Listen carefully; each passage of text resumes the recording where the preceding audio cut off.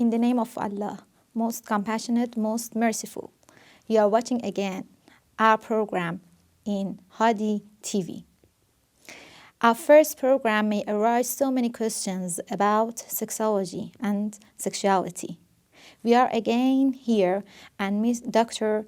Effatossadad Merqati Khoui is here too. Thank you very much, Ms. Khoui. Could you please again introduce yourself? Because I think maybe so many watchers do not see or do not watch your first program about your education. In the name of Allah, thank you again for inviting me. But I'm sure that by talking about sexuality in Islamic societies, we can raise so many questions. Yes, that is.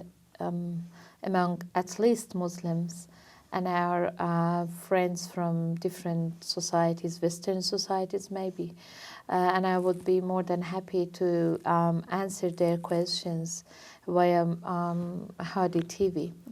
And I really enjoyed by conversation between you and me about the Islamic issues and whatever question you have. Yes, the first program was about some of the Islamic perspectives and also the general rules or maybe notions of Islam about this. And also we continue that most of the families ignore this. And we continue and reach this point that it is related to the culture. And maybe there are many other principles in which they are related to the culture of each country or each society that we remain it and skip it until this program. Could you please explain about this? Yes. Yeah. As you actually briefed us about what we talked about sexuality and Islamic perspective on it in first program, we have to mention again that the sexuality matters are socially constructed and is very, very cultural based. And it's very important, it can be important for different societies who are dealing with Muslim families to be culturally competent about dealing the sexuality matters with Muslim families or Muslim children even in the schools. But you're absolutely right. The Islamic culture of sexuality can be specific, and we need to know what is it. In the Islamic construct of sexuality, I would like to mention some points. First of all, I think we accept that the sex or human sexuality is a wholly positive, constructive, and a gift from God. That's what we Muslims believe about sexuality. Except angel, as you know, that Imam Ali also mentioned that the angels, all except angels, all beings created by God and as a sexual beings. Because as you know, the Imam Ali said that God created beings in three different categories. One, angels who just think wisely and decide wisely. Yeah. Thinking capability is the angel's capability. And then animals, which were giving instinct, only instinct, and they can act sexually without thinking, and there is no intelligence to handle their sexual behaviors. And then human beings are very specific because it's been given instinct plus wise. That means that we can think and we can act, we can take responsibility, and we can manage our own behaviors.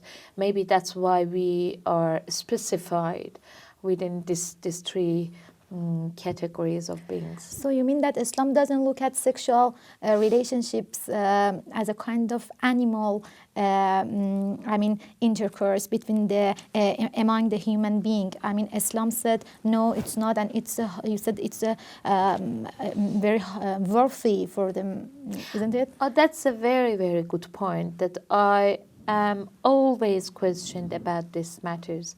That in some Islamic societies, it's believed that the sexual act is very sinful, and It's it's a very equal to dirty. being animal, maybe. Yes, sometimes. and they're talking about animal sort of behaviors. Yeah. And when you follow your instinct, that's what most of them say. And when you follow your instincts, that means that you are changing into animals and you are acting like animals. Like other religions that they also believe that, to be away from sexual acts keeps you pure and very good person. And if you don't want to be contaminated, but you have to be aware of or you have to avoid from sexual thoughts, and sexual acts. It's not what Islam says. Because in Quran, but I'm sure you know that in Quran, pleasure coming out of sexual relationships, of course within marriage, is symbol to pleasure in the heaven. And it means that we cannot think that when we are acting sexually, when we are getting pleasure from our sexual relationships, it means that we are changing into animals. We are. I strongly believe, based on Quranic interpretation of my own, is that the pleasure mentioned in Quran is the most beautiful kind of pleasure coming out of sexual relationships. So I cannot accept that this is an animal sort of behaviors. Because we're not talking about instinct only. Yes. We are talking about thinking, taking responsibility, and making decision independently about our sexual relationships. So that's why we can manage it. And but if you can use your innovation and potentials of humanity in your sexual life, you can enjoy it, and you know what are you doing. We're not animal, so we can control ourselves anytime we want. That is. And we can manage our own behavior in a beautiful ways. That's right. But I heard that in the Islamic culture or in Islamic religion, maybe better to say that, they said sex and sexology or sex affairs are something which is oriented or animal oriented, They said that, women, try not to arouse men sexually. Try to keep yourself in order to make them safe. I mean, they look to women and men from different point of view. They said that these are the women who should keep themselves and save themselves in order not to make men to be sinful. Based on these sexual affairs. Could you please explain about that? Because I heard and I know that this is one of the basic thoughts. Yeah, that's a good point that I've heard many, many times in different conferences and different discussions, that the men are different from women in terms of sexual instinct or sexual drives. Yeah. And this is sort of religious interpretation. From my point of view, it's not correct. Or misinterpretation, maybe. Misinterpretation is not correct, because as I mentioned earlier, this is a gift of God giving to us. No matter we're men, or male. Yeah. Because sex or the wanting, seeking, obtaining of sexual gratification beyond the age or sex of human being is a birthright of every male and female. This is the first principle that we have to accept because it's mentioned clearly in Quran. It's a gift of God. And I don't believe that the men are giving more sexual drive than women. And I don't even believe that the men are uncontrollable beings. And there are other human beings called women should control them and should teach them how to control themselves. As you remember that in the first session we mentioned that we are human beings and honorable to have power of thinking, power of making decision, power of taking responsibility, and all those issues, which is specified us from different beings like animals. So men are not different from women. Men can decide themselves. They can see. They can act sexually, they can arouse themselves, and they're sexual beings actually, like women. But women are not responsible to control them because they can control themselves. And it's not true that the men can see women easily and they can see women and easily aroused. But I'm sure that you should accept that the Muslim men are not different from non-Muslim men. That is. All are human beings with brain, and they can think and they can control themselves. So you mean that based on the sexual drives, there is no difference between female and male? The way they are acting is different. Uh-huh. They can act differently, but in the amount of drive, we cannot really measure and say that the men have got more drive than women. But the way they are acting is quite different because biologically they are different. And does Islam have any base for this difference, for these drives and difference? I mean that. Let's ask it another point. You said that there are many differences between male and female. Yes, of course. Okay, so is there any points? No, as other aspects of biology, men are different from women. No, I mean, for example, in arousing the man, you know. Oh, yes. Yeah, okay. So Islam, does it say anything about this, that female, what to do, from what point? I mean, not to be so extreme or not to limit them. If you is there any continuum for this? If I understood exactly what's your question, is that from biological point of view, men are different from women. In terms of sexual arousal terms, men also are different from women. And also I can mention that the person, one individual or one person is different from another person. Uh-huh. It's not just sex related, to be female or male.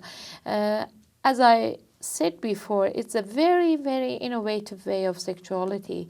If we think, it depends how we learn about our sexual manners. So there is no prescription because there are so many individual differences. Of course, and I really like to say that we have to be careful about the codes we are giving to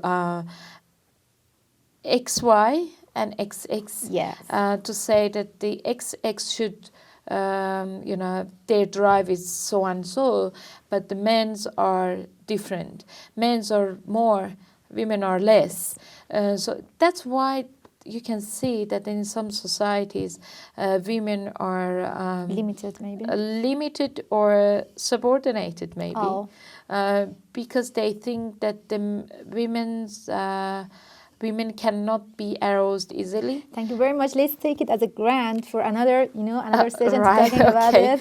Okay, and For it's a women and very, sexuality, very hot topic. Yes, that is. To talk about the women's sexuality or men's sexuality.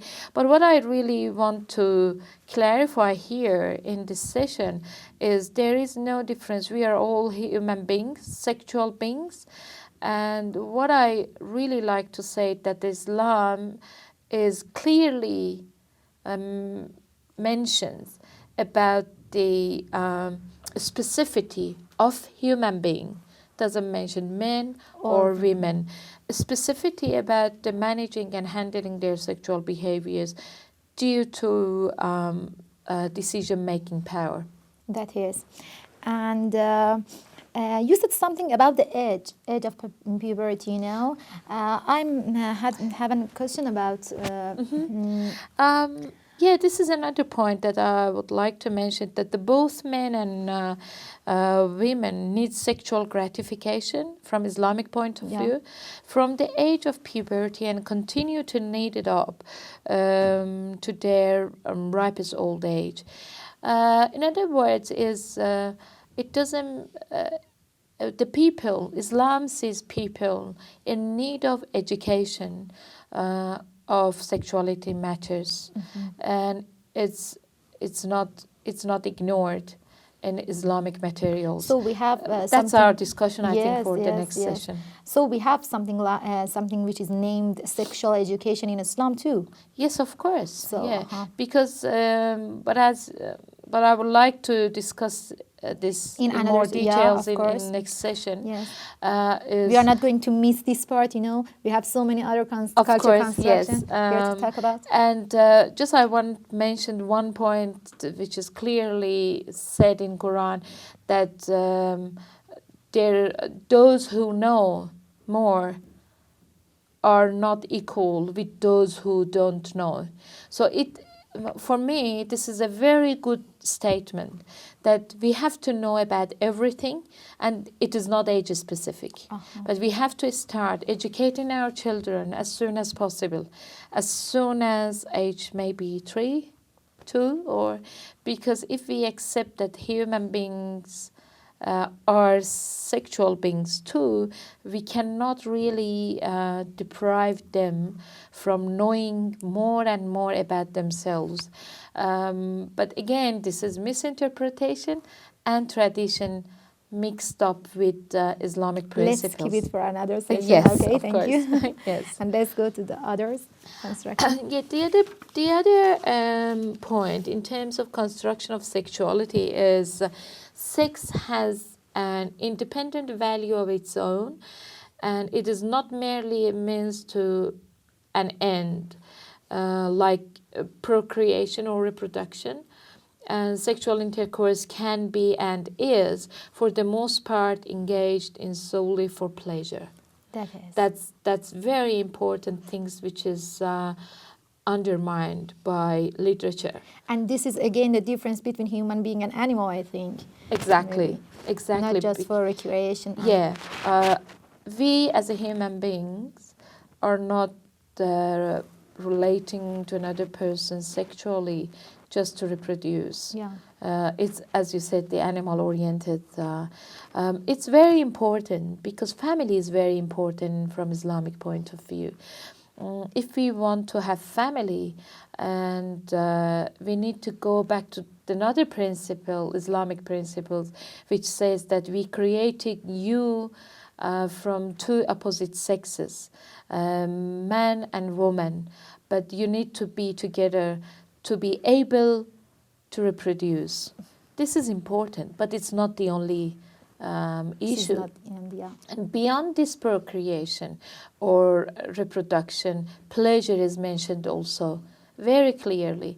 Another place in Quran, it's clearly mentioned that we created you from two opposite sexes in order to be together and enjoy with each other no procreation issues in the middle. Just enjoyment. Just enjoyment, and just giving some practical guideline to Muslim families or Muslim men and women how to help each other to enjoy this sexual pleasure, relationship, yes. to have pleasure, and because if the pleasure is going to be one-sided, like it's sort of to be our duty, women's duty to satisfy men.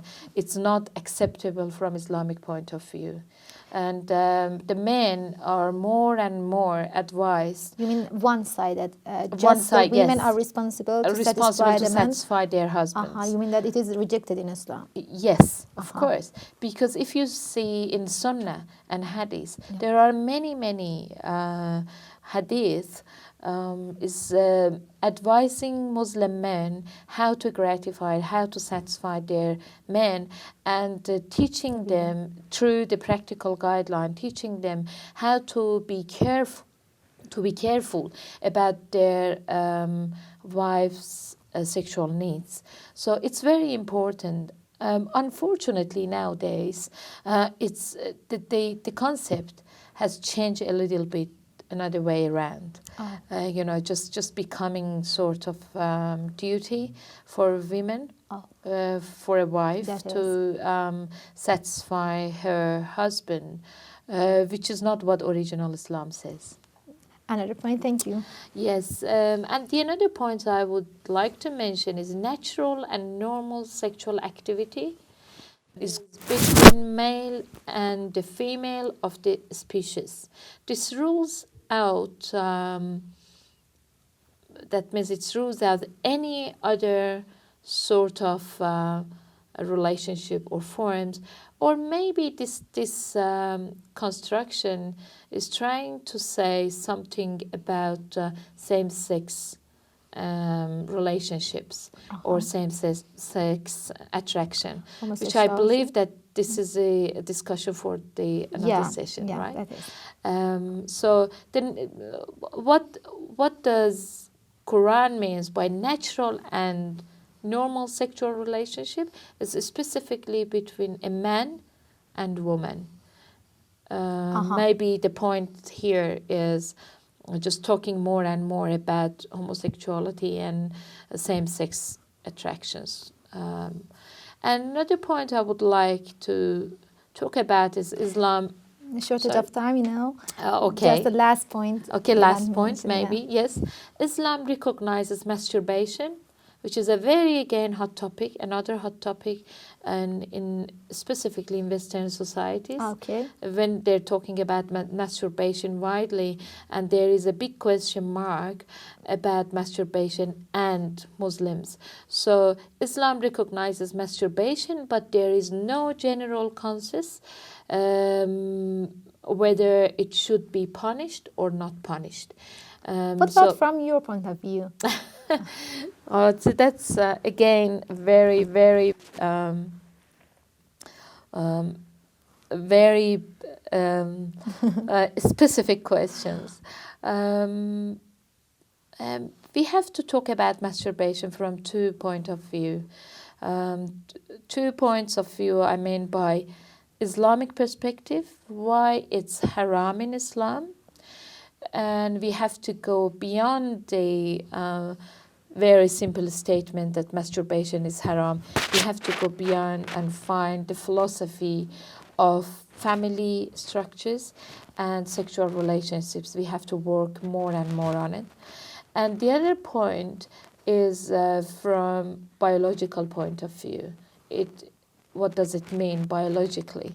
Let me talk about masturbation later, if you don't mind. Yeah, thank you. Because it's a very, very specific topic. I would like to talk about it, but we need more time to open it up. Yeah, thank you very much, and thank you very much, followers. We are waiting for your feedback for the next program.